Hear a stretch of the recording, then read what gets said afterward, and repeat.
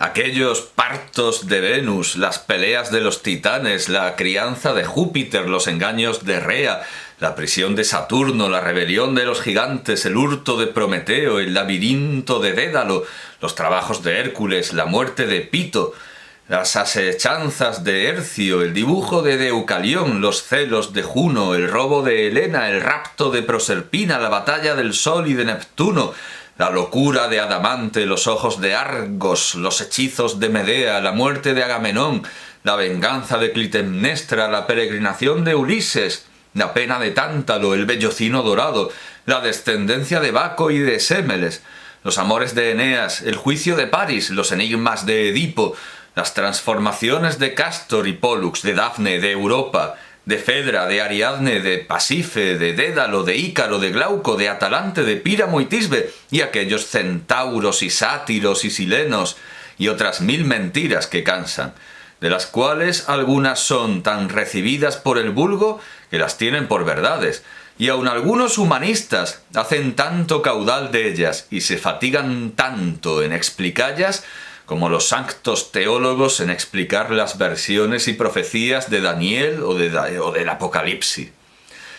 Antes que Juan de Arce de Otálora, dice Fray Gabriel de Toro en su Tesoro de Misericordia Divina y Humana. Pero latinos y oradores llamaron humanidad, según Aulo Gelio, a la doctrina y erudición de buenas letras, cuya ocupación y ejercicio conviene a solo el hombre, entre todos los animales, y por eso se llama humanidad, y humanistas los que la estudian. Aunque se engañaron los gentiles en no poner esta ventaja que los hombres hacen a los animales en el conocimiento de Dios verdadero y en la reverencia que se le debe, en lo cual consiste, según Lactancio, y aquí va a seguir a Lactancio, la propia humanidad de los hombres, porque en sola la veneración divina se distinguen de los otros animales, los cuales ningún conocimiento de Dios tienen, porque las otras cosas, que parecen ser propias y humanas, aunque los animales no las tengan, tienen, a lo menos, alguna similitud y apariencia. El hablar propio es del hombre, pero en los brutos hay semejanza del lenguaje humano, porque se conocen en las voces, y enojados hacen sonido semejante a la voz airada, y así se ven de lejos, y si se ven de lejos, declaran a voces holgarse. La risa propia es del hombre, pero vemos en los animales algunas señales de alegría, meneando el cuerpo, orejas y ojos, con otros movimientos que representan regocijo. La prudencia propia es del hombre, pero hay animales que la contrahacen haciendo cuevas y vivares con muchas puertas, porque si hubiere peligro en la una, huían por la otra, y las hormigas proveen para lo futuro. Y sería largo de contar la semejanza que los animales tienen con la industria humana.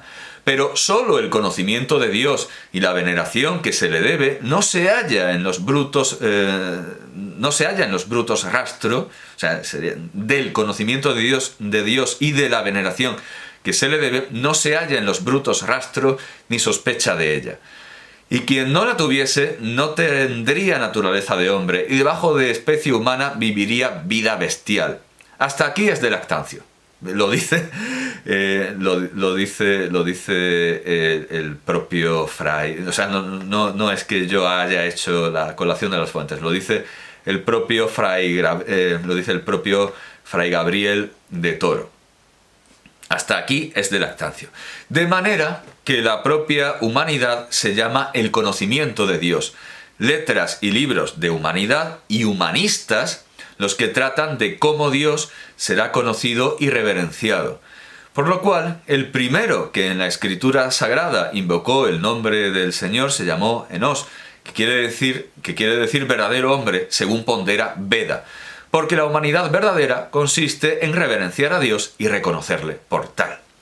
Aunque Menéndez y Pelayo distingue entre letras humanas y divinas, entiende en su historia de los heterodoxos españoles que uno de los méritos de Erasmo, uno de los principales méritos de Erasmo era, leo a Marcelino Menéndez y Pelayo, el haber unido el amor a las dos antigüedades, la pagana y la cristiana, contribuyendo como uno de los artífices más laboriosos e infatigables a la restauración de una y otra.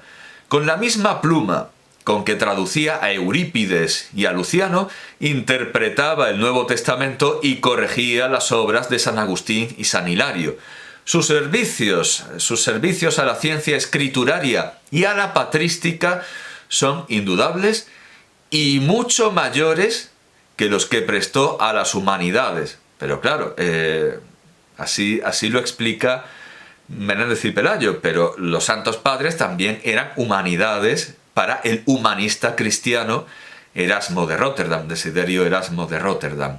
Si las humanidades son las cosas que tienen que ver con el hombre, es natural que hubiera que esperar al cristianismo para que la divinidad se considerara una de ellas.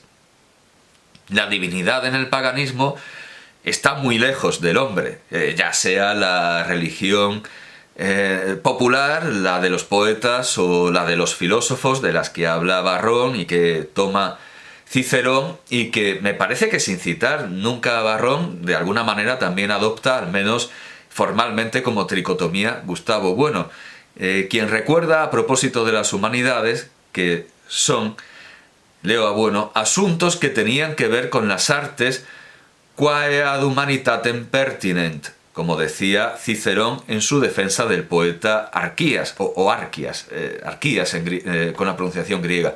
Además, añadía Cicerón, estas artes que pertenecen a la humanidad tienen también algún vínculo común y entre sí mantienen un cierto cuasi parentesco, así lo traduce. Bueno, sin duda, este vínculo común entre las artes que pertenecen a la humanidad es el hombre.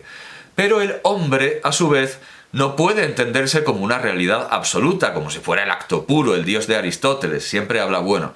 El hombre se define en función de las cosas pragmata que le rodean y en función del mismo Dios.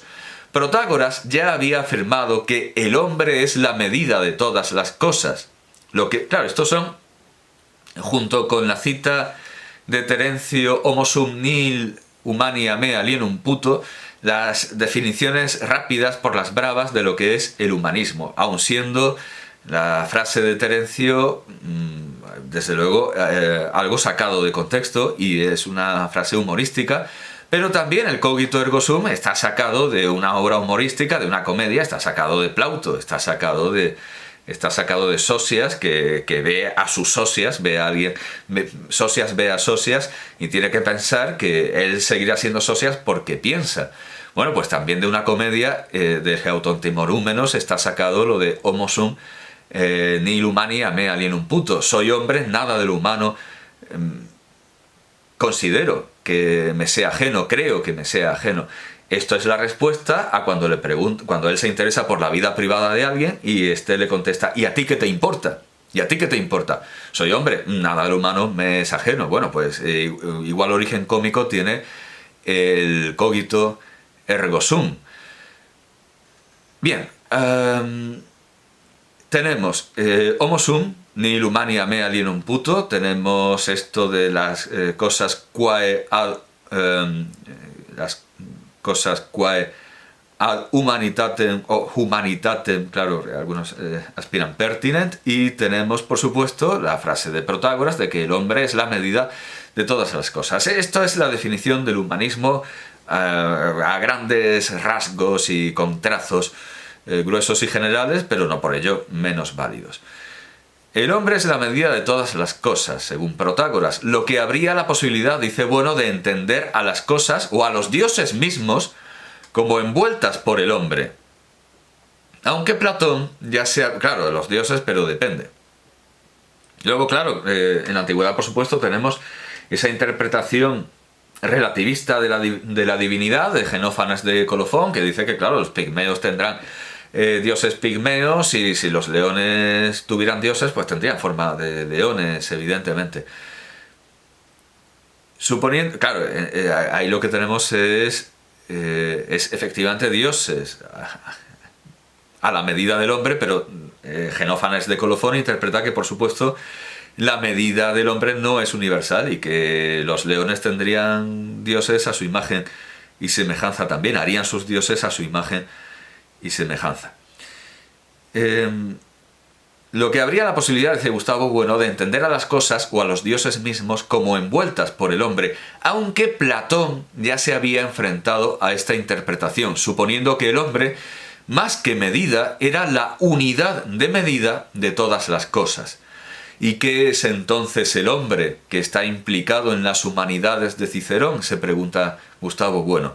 Por de pronto cabría decir que el hombre de Cicerón se distingue de los dioses, pero también de los animales, de los esclavos y de los bárbaros. O sea, niega el universalismo del humanismo de Cicerón. El hombre es ante todo el ciudadano romano, o el de alguna ciudad aliada a Roma, es decir, el hombre libre. Entendemos, podríamos añadir que, claro, los griegos. El humanista, por serlo, viene a decir que pertenece a una cultura superior a la que suele ser propia de los esclavos o de los bárbaros, y desde luego superior a la cultura que pueden tener los animales cuando cantan, cuando tejen o cuando edifican. Claro, los humanistas se enfrentan, se oponen a los bárbaros. Ahí tenemos el famoso ejemplo de Nebrija. Evidentemente es válida la acepción de humanista como, bárbaros es como lo de Roma. Bárbaros en el sentido figurado, porque Nebrija no desdeña tomar noticias de los canarios, del arábigo, del hebreo, etc. Aunque claro, los hebreos, el pueblo hebraico es un pueblo bárbaro absolutamente dignificado y que ha entrado a través del griego y del latín en las antigüedades y en las humanidades. Bárbaro no solo ha de entenderse en su sentido literal, que por cierto es Diógenes Laercio el que empieza a respetar la filosofía bárbara al principio de sus vidas, pero no les dedica, no les presta la atención que no puede darles, porque él no domina las lenguas y no puede escribir biografías de esos sabios bárbaros, pero ya reconoce que los bárbaros también tienen filosofía, como también se reconocerá que los bárbaros tienen poesía, y bueno, al final las humanidades, se acepta plenamente que las humanidades no son solo el griego y el latín, sino el árabe, el siríaco, el hebreo, el sánscrito, todas esas lenguas que van mereciendo poco a poco la consideración de clásicas, el persa en igualdad con el griego y el latín, e igualmente se considera que las nuevas lenguas, las lenguas neolatinas, las lenguas romances, también han llegado a ser clásicas, y que Cervantes es un clásico, Tasso es un clásico, tanto Bernardo como Torcuato, etc. Evidentemente, digo yo, ya ha terminado Bueno, evidentemente es válida la acepción de humanista como persona que estudia latín y griego. Estamos hablando en tiempos en los que se empieza a usar la palabra humanista, y en los nuestros también, cuyo modelo podríamos ver en Petrarca, sería el humanista original. Pero yo no quiero tomar esta acepción. En esta exposición no quiero tomar esta acepción. Lino Coluccio Salutati, discípulo de Boccaccio y maestro de Poggio Bracciolini y Leonardo Bruni, es sin duda un humanista en este sentido, ¿quién lo niega? Y además con esa raigambre y con esa genealogía.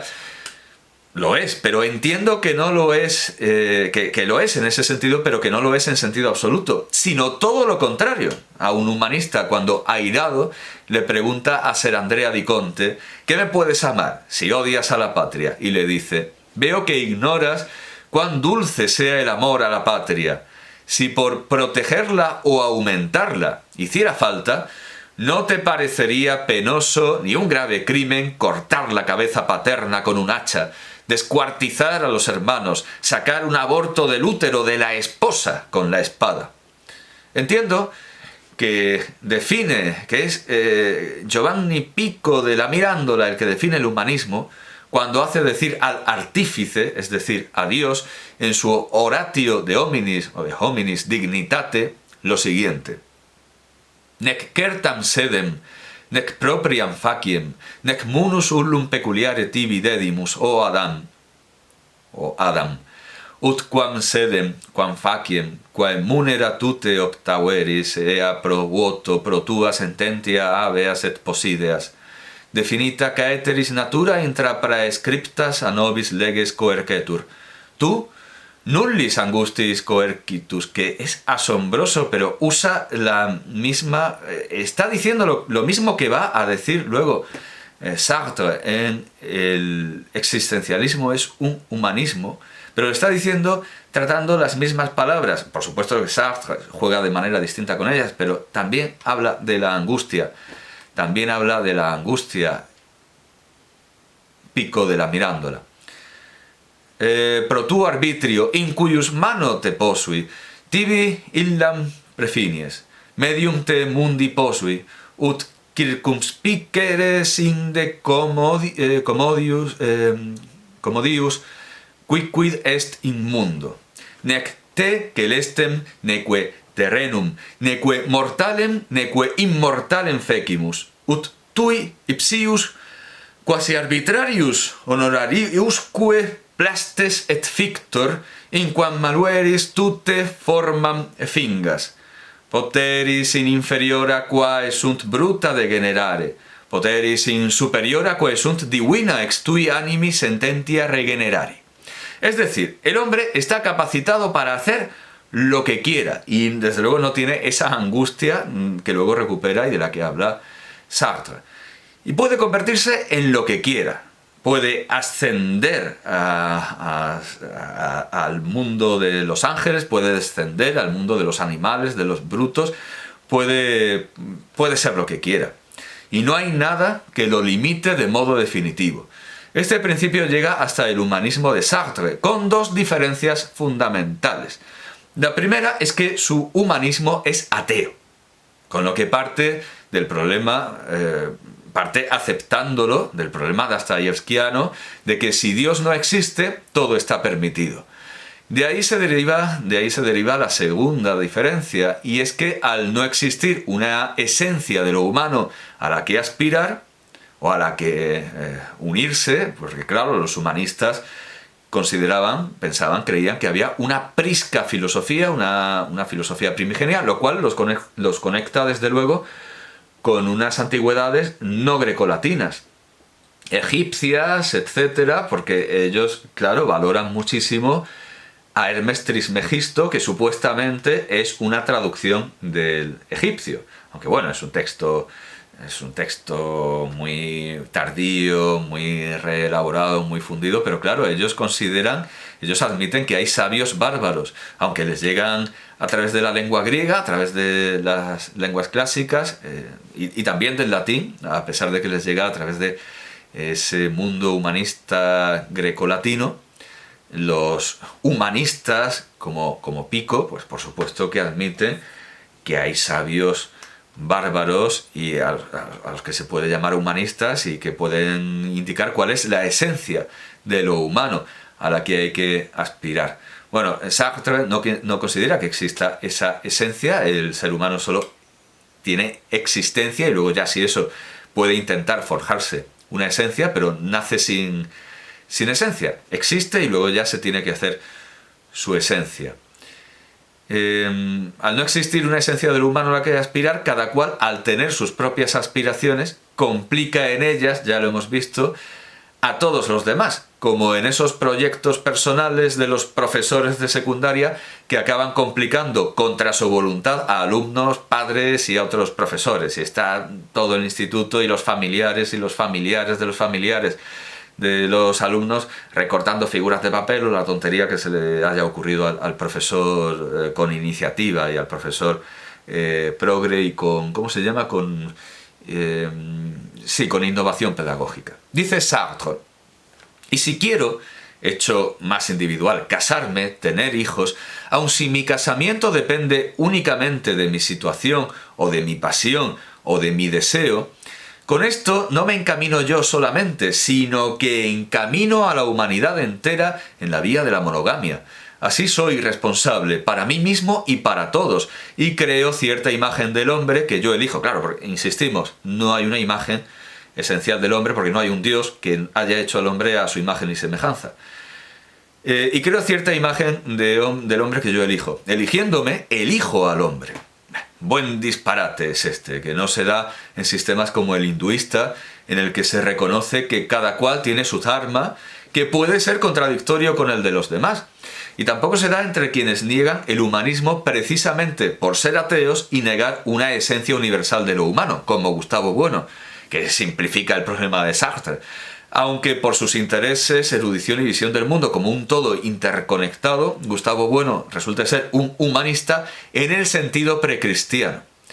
En la reforma humanista del hinduismo por Ram Mohan Roy, el dharma se universaliza y se acepta una esencia humana universal que conlleva, por lo tanto, deberes universales. Un dharma universal. Al igual que en sistemas ateos, que tampoco se da este problema de Sartre, en sistemas ateos que aceptan axiomas matemáticos, jurídicos, etc. Eso lo podemos ver en el idealismo de un profesor que se cree marxista y materialista, pero no lo es en absoluto, es un idealista kantiano, como Carlos Fernández Liria, a quien Gustavo Bueno le tenía un poco más de respeto intelectual que a José Antonio Marina, seguramente menos que a José Antonio Primo de Rivera, pero que desde luego para Gustavo Bueno era lo que es un idealista, no es un materialista, y lo que quiere son axiomas matemáticos, jurídicos, etcétera, que sustituyan a Dios y creen una esencia con la que conformarse y en la que poder reconocer no ya solo una verdad, la verdad de la matemática, sino una justicia, unos axiomas jurídicos que permitan conocer lo que es justo y lo que no. Con todo, y dejando a un lado el problema de que Sartre cosa de manera bastante extraña a su filosofía el apoyo al estalinismo y luego al maoísmo, esto lo podemos considerar, no, lo debemos considerar tan ajeno a ella como los exabruptos de Bueno son ajenos a sus agudos y eruditos razonamientos. De luego no podemos decir, yo no leo a Sartre porque es maoísta. No, su filosofía no tiene nada que ver con el maoísmo. De hecho, es que es todo lo contrario del maoísmo. Al igual que la filosofía de Gustavo Bueno no tiene nada que ver con eso de yo quiero que usted se muera. Resulta llamativo que desde su ausencia de principios morales, Sartre no intente insensibilizar a sus seguidores frente al crimen, o lo que, digamos que ciertos axiomas no ya jurídicos, sino morales, nos hacen ver como mal y como mal absoluto, de manera tan directa como hemos visto que hace Coluccio Salutati, que nos justifica los peores crímenes imaginables, yo creo que en cualquier cultura. Sí, desde luego, en cualquier cultura, porque ataca el principio de la familia basándose en un principio moral, el patriotismo y la preeminencia de lo colectivo sobre lo individual. En este caso, Coluccio Salutati es muchísimo más maoísta en su filosofía que Sartre, insisto, en su filosofía. O Pakudha Kachayana basándose en un principio científico, el atomismo, por el que, según lo que se nos cuenta, claro, por supuesto, esto es la visión del vencedor, es la visión de los enemigos. Se nos dice en el Samanyapala Sutta que dice Pakudha Kachayana que al cortarle la cabeza a alguien no se le quita la vida, porque se trata solo de átomos pasando entre átomos y nada más. Aunque ahí mismo, en el Samanyapala Sutta, tenemos a Purana Kassapa o Purna Kashyapa, en Pali Purana Kassapa, que desarrolla si Dios no existe, todo está permitido, con un detalle ausente nunca visto en Sartre, pero incluso en Dostoyevsky. Ni siquiera Dostoyevsky es tan plástico, tan gráfico y tan completo, claro, porque la literatura india y pali peca sin duda alguna, de repetitiva, de redundante, de expletiva. Dice así este testimonio que en realidad no ha de ser necesariamente de este filósofo, sino que simplemente sirve para ilustrar la negación que hacía de la causalidad, del principio de causalidad. Todo esto es una literaria y muy insistente negación de que exista el principio de causalidad. Dice así Kasapa, Purana Kasapa o Purna Kashyapa. Al actuar o hacer actuar a otros, al mutilar o hacer mutilar a otros, al torturar o hacer torturar a otros, al infligir dolor o hacer a otros infligir dolor, a otros, evidentemente, al atormentar o hacer atormentar a otros, al intimidar o hacer intimidar a otros, al quitar la vida, al tomar lo que no nos dan, asaltar casas, saquear riquezas, robar, emboscarse en los caminos, cometer adulterio, mentir. Uno no hace ningún mal. Si con un disco afilado como una navaja convirtiera a todos los seres vivos de la tierra en un solo amasijo de carne, una sola montaña de carne, no habría mal por esta causa, ni vendría mal. Y si uno fuera por la orilla derecha del Ganges, dando y haciendo dar a otros, haciendo sacrificios y haciendo a otros hacer sacrificios, no habría mérito por esta causa, no vendría ningún mérito. A través de la generosidad, abstinencia, contención y discurso verdadero, no hay mérito por esta causa, no vendría ningún mérito. Resulta difícil aceptar un humanismo ateo, y más aún un humanismo ateo sin principios universales, que no asuma siquiera el deber de dar libertad a los demás y dejarles ser lo que quieran, sino que crea, por contra, tener el deber de convertirse en su legislador y complicarlos en sus proyectos, como en el caso de Sartre. Y desde luego resulta del todo incompatible con el humanismo, el maoísmo, ya lo hemos dicho, defendido por Sartre, pero como compañero de viaje. Él siempre habla de los comunistas en tercera persona, distanciándose de ellos, pero imponiéndolos. En El Nacional, Albert Boadella tomó los versos de Francesco Maria Piave del Rigoletto de Verdi, culto, familia, la patria, il mio universo e in te, para proponer que un bufón no tiene culto, no tiene familia y no tiene patria. Realmente la parresía es incompatible con estas tres instituciones cuando se imponen. Y la parresía no es solo propia de los bufones, sino de los sabios y, por supuesto, del humanismo cristiano cuyo principio hemos expuesto. Por esto, lo que en Occidente llamamos humanismo confuciano, identificándolo con el nuestro, por indudables semejanzas formales, por su preferencia por las letras y su desprecio por las ciencias experimentales, pero hay que tener en cuenta también su sumisión a los ritos, a los padres y al Estado, este humanismo confuciano se revela como la antítesis del humanismo cristiano, que encontraría más afinidades con el moísmo y su doctrina del amor universal. Puede resultar chocante defender el humanismo cristiano y decir que es imposible cuando se impone el culto, pero solo si se olvida la Inquisición o las guerras de religión, es algo demasiado evidente. En cuanto a la familia, habría que incluir en este concepto cualquier tipo de limitación genética.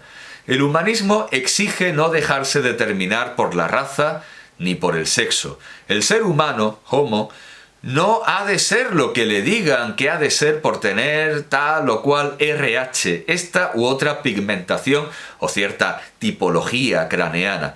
En este sentido, podemos bromear con una consigna ampliamente ridiculizada y llenarla de sentido, diciendo: ni machismo ni feminismo, humanismo.